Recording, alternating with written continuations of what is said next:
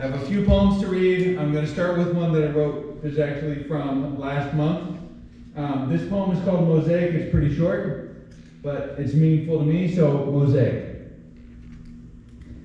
This mosaic I build with tiles I've collected, tiles who've collected me. We grow every day, not in the size of 2 dimensions, but in depth, going deeper, layers added over the past. More recent layers wrap the top, not merely covering layers below, adding additional dimensions, adding additional images, adding additional colors in the darkness of myself. These tiles are in motion, constantly vibrating, pulsing with enthusiasm, endurance, not trying to escape, just sliding aside one another, constant motion. The changes are gradual, adding up to who I am in any chapter, at any moment. Time moves on, so do we, unless stagnant. Mosaic, thanks.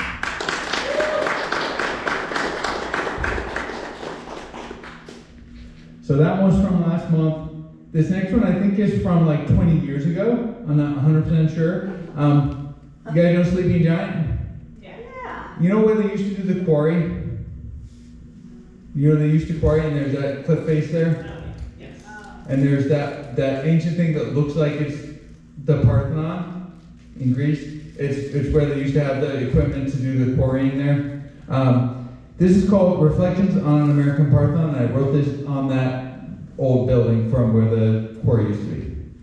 So, Reflections on an American Parthenon. And this poem's a little bit longer. I think it's about 20 years old. From the intersection of purple and red, vacant acres of tight-cropped lawn spread an artificial meadow. Towards an ancient compilation of arches and trusses, a sign of disintegration. A temporary home, a sanctuary for plants and animals thriving on neglect and on the surroundings of man's forgotten past. I've been here before.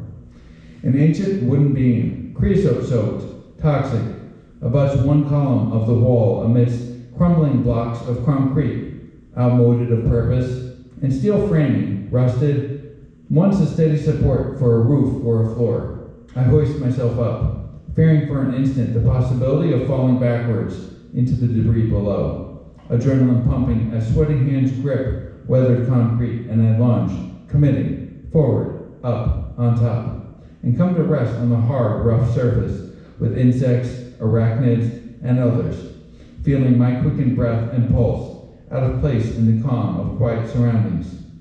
This place is haunted by the ghosts of machines, by cricket hum, by a lawnmower whir, who can't wait for next spring to continue their songs.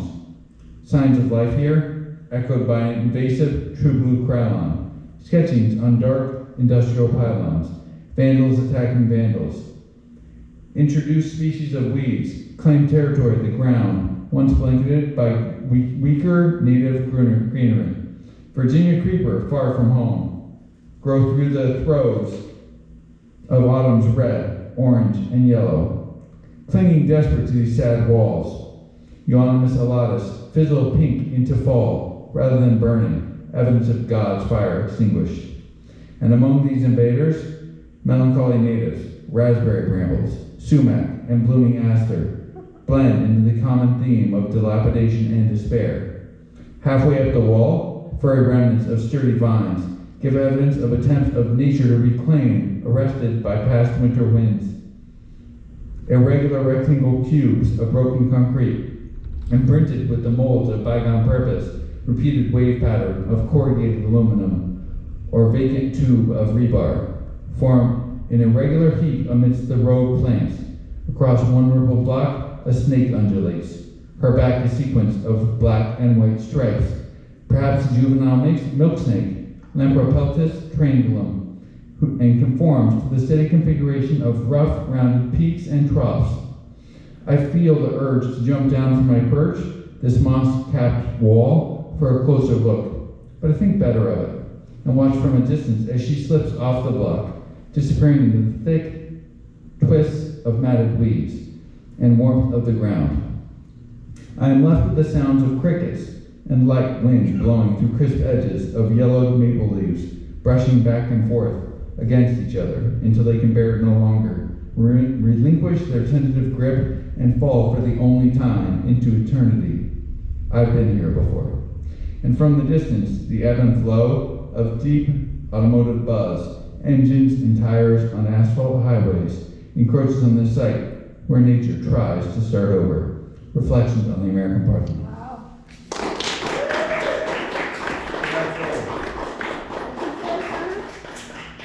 What's that? What did you just say after? That's one of the old ones. Yeah. That's how I used to write. Do I have time for one more? Okay. So this one I wrote 10 days ago. So that one was like 20 years ago. This is from 10 days ago. So I'm a teacher in New Haven. Last Friday, we had just had April break this past week. So the Friday before April break was a half day. My school did what we call Shake It Up Day. So we have students like host different sessions where they have an interest. One of the students at my school was interested in poetry, so we did a walk to Long Wharf. My school is the Sound School. It's right on Long Wharf. There's a trail through the woods that gets to Long Wharf. We walked students to the Long Wharf in New Haven. We sat there and we wrote poetry. So there were 3 different sessions that day. So these are the poems I wrote during those sessions. And it's called, the session was called Words in the Wild. So this is Words in the Wild in 4 parts. The first part I wrote before the session started. So the first part is part 1, Anticipation. There will be more on paper, but this is the one before, when I anticipate things, the best and the worst, considered and abandoned, right up until it all works, without flaw, without an error, without incident, without regret. We always forget the start. By the time it all ends, at least we forget the time before. Part 2, River Not River. The water slowly flows, fresh into the salt of the sound, mixing under the light, across rippled surfaces, blending the two together, a brackish blending into one, unified amalgam aforementioned, fluids flowing forever forgotten. We sit still and watch it go by. Bye-bye water, bye-bye baby. Part 3. Sight and sound. Sunlight is blinding, as are the bird squawks, fluttering in my ears among the silent sounds and the whir of engines and tires and at highway speeds.